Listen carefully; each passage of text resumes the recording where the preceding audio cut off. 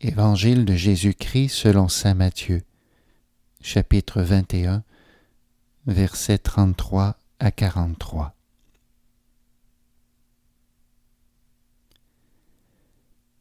En ce temps-là, Jésus disait aux grands prêtres et aux anciens du peuple : « Écoutez cette parabole. Un homme était propriétaire d'un domaine. Il planta une vigne, l'entoura d'une clôture, y creusa un pressoir et bâtit une tour de garde. Puis il loua cette vigne à des vignerons et partit en voyage. Quand arriva le temps des fruits, il envoya ses serviteurs auprès des vignerons pour se faire remettre le produit de sa vigne. Mais les vignerons se saisirent des serviteurs, frappèrent l'un, tuèrent l'autre, lapidèrent le troisième. De nouveau, le propriétaire envoya d'autres serviteurs, plus nombreux que les premiers, mais on les traita de la même façon. Finalement, il leur envoya son fils en se disant : « Ils respecteront mon fils. » Mais voyant le fils, les vignerons se dirent entre eux : « Voici l'héritier, venez, tuons-le, nous aurons son héritage. » Ils se saisirent de lui, le jetèrent hors de la vigne et le tuèrent. Eh bien, quand le maître de la vigne viendra, que fera-t-il à ces vignerons ? On lui répond : « Ces misérables, il les fera périr misérablement. Il louera la vigne à d'autres vignerons qui lui en remettront le produit en temps voulu. » Jésus leur dit : « N'avez-vous jamais lu dans les Écritures : la pierre qu'ont rejetée les bâtisseurs est devenue la pierre d'angle. C'est là l'œuvre du Seigneur, la merveille devant nos yeux. Aussi, je vous le dis, le royaume de Dieu vous sera enlevé pour être donné à une nation qui lui fera produire ses fruits. »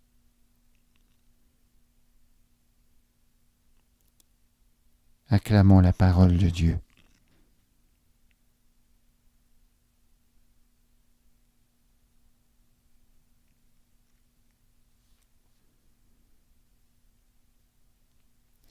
Comme elle est grande la confiance de cet homme qui a planté la vigne, qui l'a entourée d'une clôture, qui a creusé un pressoir et bâti une tour de garde pour la confier à des serviteurs.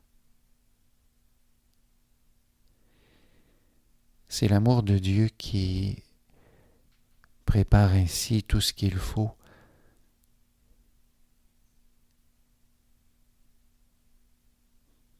pour que son projet se réalise.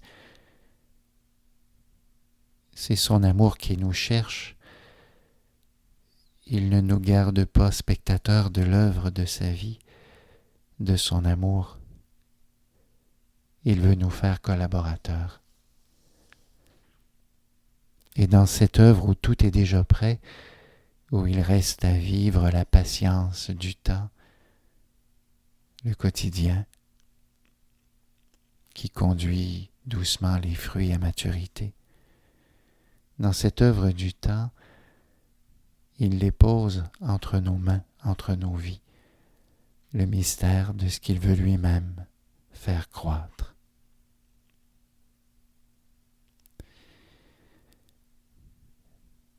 Ce qui est menaçant pour cette œuvre de vie, c'est cette possessivité des serviteurs. Malgré tous ceux qui sont envoyés auprès d'eux pour les interpeller à remettre les fruits,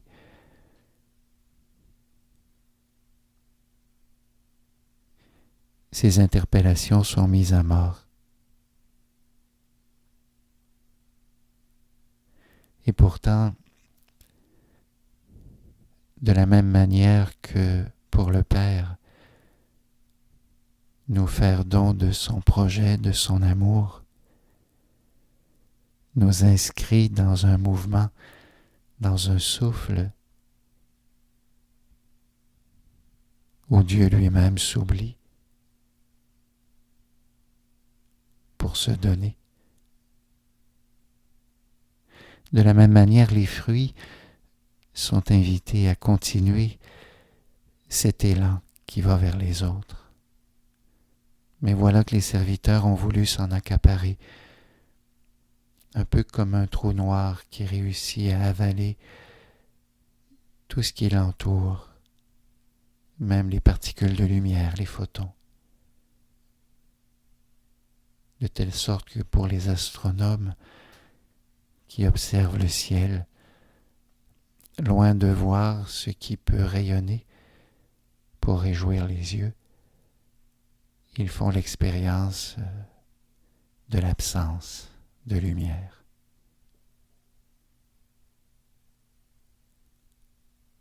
Le fruit que l'on conserve pour soi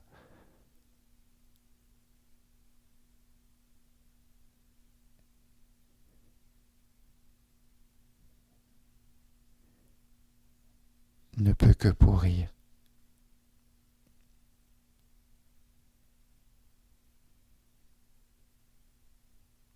Le fruit d'une telle vigne, quand on veut s'en accaparer, ne peut que dépérir.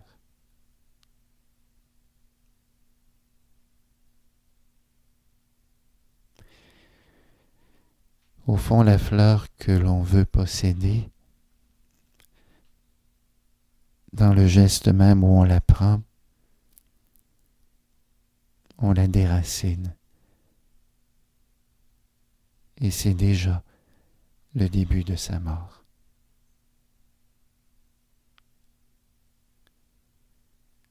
La possessivité est l'envers du cœur de Dieu. C'est l'obscurité qui avale la lumière et qui éteint la vie. Alors que le Père, dans son amour, nous confie ce qui ne peut que se multiplier si nous voulons bien continuer d'aimer, ce qui ne peut se multiplier que pour d'autres à travers nous. Alors qu'il nous confie cette mission, cette tendresse qui nous cherche pour nous sauver, nous pouvons nous-mêmes vouloir garder notre expérience, notre sagesse, nos capacités pour nous-mêmes. Nous en faire une sécurité, un compte en banque, une suffisance, une bonne conscience.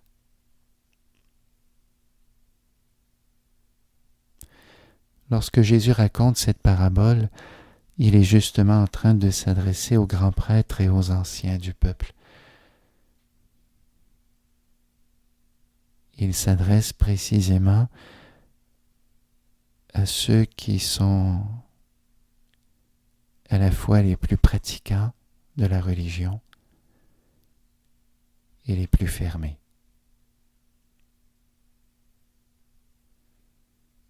Ils sont certains de leur vie. Ils se vivent dans l'assurance qu'ils sont ajustés à Dieu.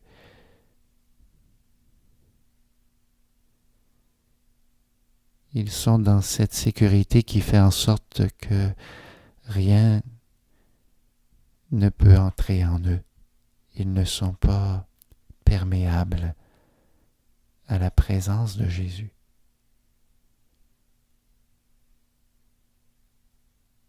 Et l'un des signes de cette attitude imperméable qui fait en sorte qu'on ne peut pas les toucher. C'est ce qu'ils proposeront même à Jésus comme solution pour les vignerons dans le récit de la parabole. Ils vont répondre à Jésus, « Ces misérables, il les fera périr misérablement. »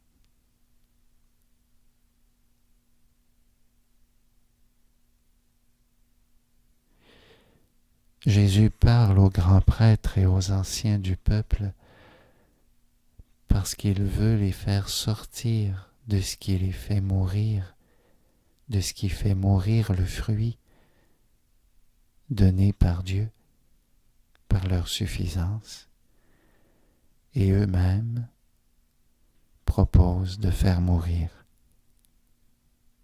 de faire périr misérablement.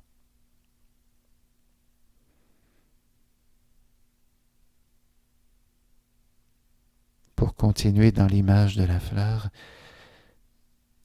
c'est comme si les grands prêtres et les anciens sont des déracinés de l'amour de Dieu. Ils font tout ce qu'il faut faire, bien sûr. Ils sont des modèles de pratique.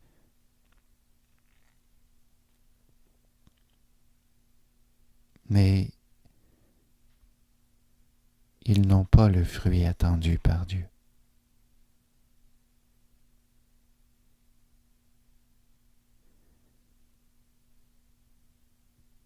Ils sont des fleurs séchées. Et quand on est une fleur séchée, on ne peut que condamner.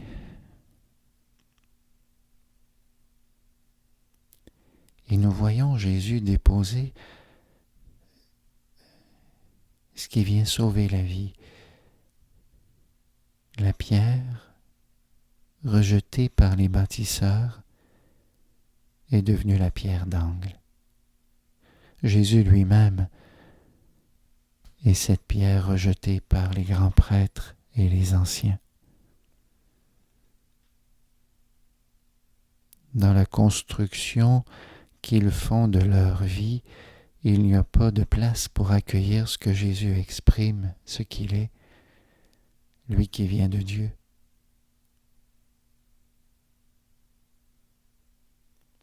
Mais Jésus dépose déjà cette lumière au plus profond de l'obscurité du trou noir, la pierre rejetée par les bâtisseurs devient la pierre d'angle.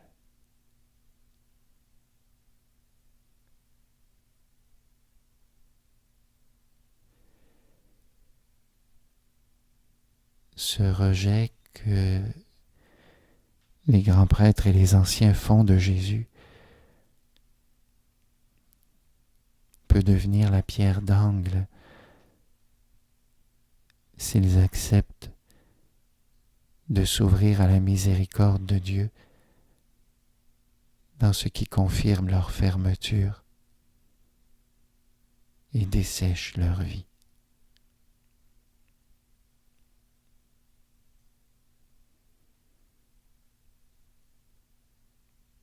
La pierre d'angle, c'est celle qui est tout au sommet d'une clé de voûte. C'est cette pierre qui fait que tout le reste peut tenir. Sans cette pierre, tout tombe.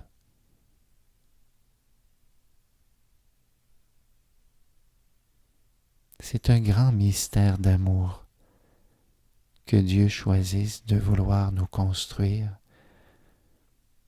à partir de cet amour qui nous pardonne. Cet amour qui vient nous chercher dans ce qu'on a rejeté de notre vie ou des autres ou de Dieu.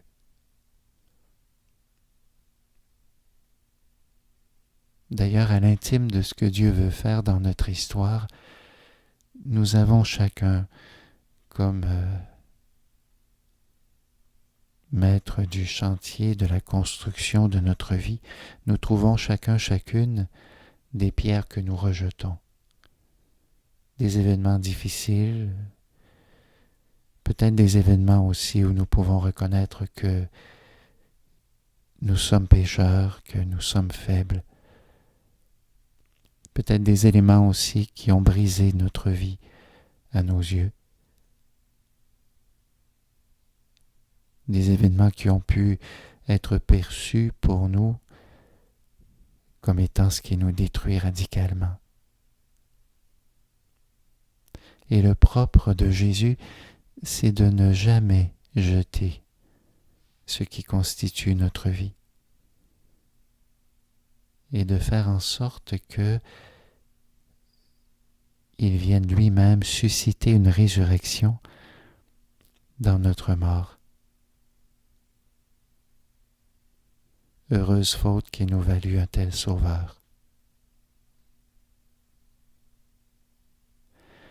Et la résurrection qu'il nous annonce, elle n'est pas simplement pour après notre mort, mais c'est comme si elle vient nous rejoindre dans ce lieu où c'est si facile pour nous de nous vivre fermés, déracinés d'un amour qui nous cherche et qui a tout préparé pour nous,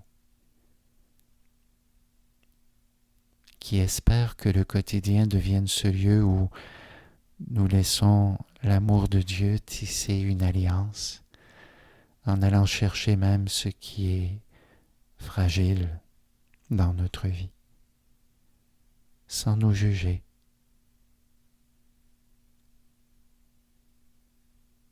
Simplement en acceptant que des bras nous accueillent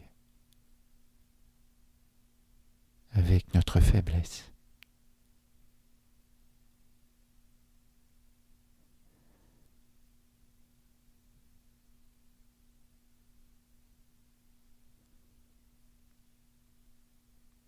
Et c'est là qu'on goûte aux fruits.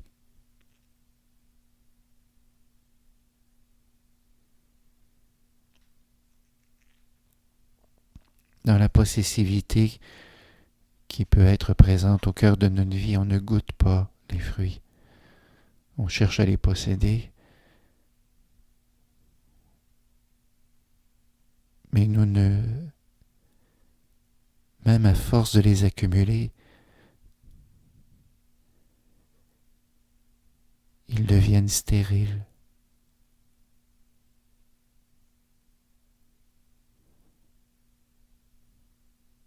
Alors même qu'ils peuvent s'accumuler à nos yeux, nous ne goûtons rien de l'amour qui nous cherche.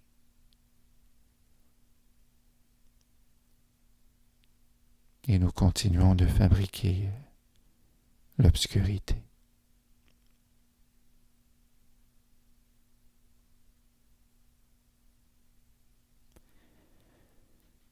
Alors qu'en accueillant son amour, nous pouvons nous laisser redire que même avec notre faiblesse, ce sont les fruits de Dieu,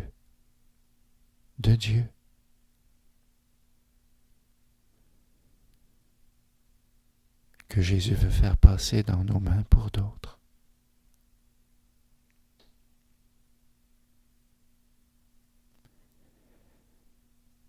Dans le mystère de son amour qui nous rejoint jusqu'en notre faiblesse, dans cette conscience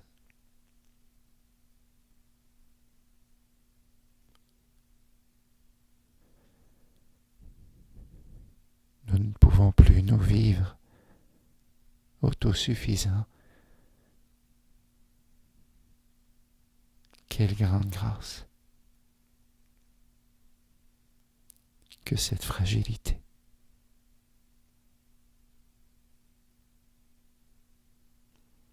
Elle permet de nous laisser surprendre par l'audace de l'amour de Dieu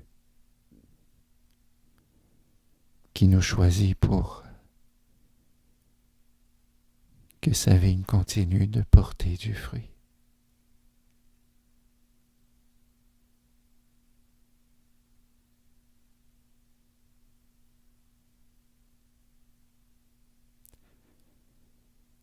Ce qui fait que le fruit est bon, ce n'est pas qu'on le possède.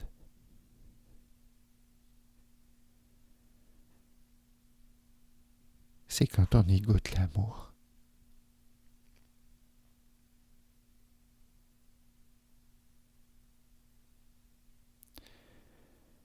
Et c'est encore cet amour qui vient rejoindre les grands prêtres et les anciens.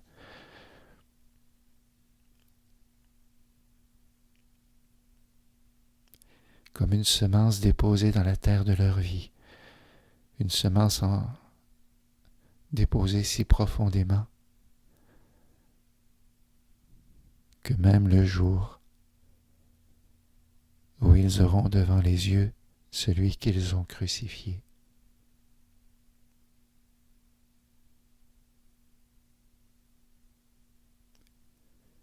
celui qu'ils auront rejeté, ils pourront laisser résonner dans leur cœur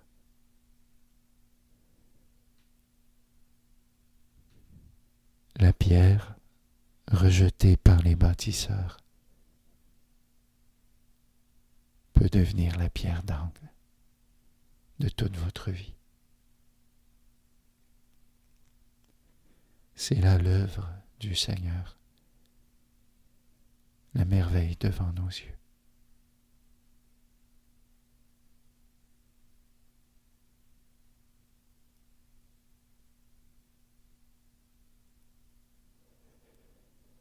Elle est grande, cette paix, qui permet d'entendre le Père nous accueillir tout entier.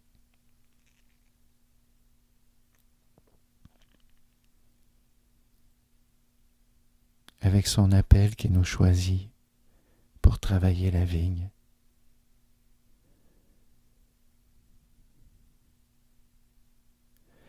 Avec sa présence qui continue de nous visiter.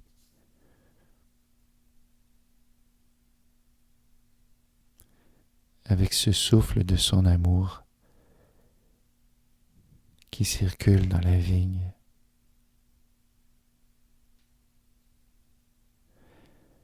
Jusqu'à venir rejoindre les ouvriers que nous sommes.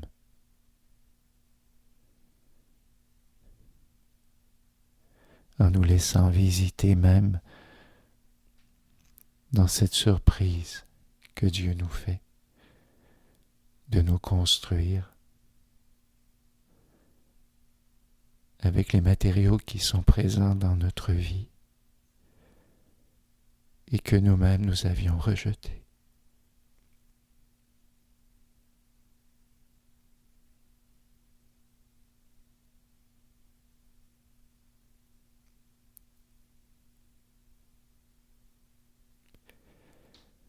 Son amour nous sauve.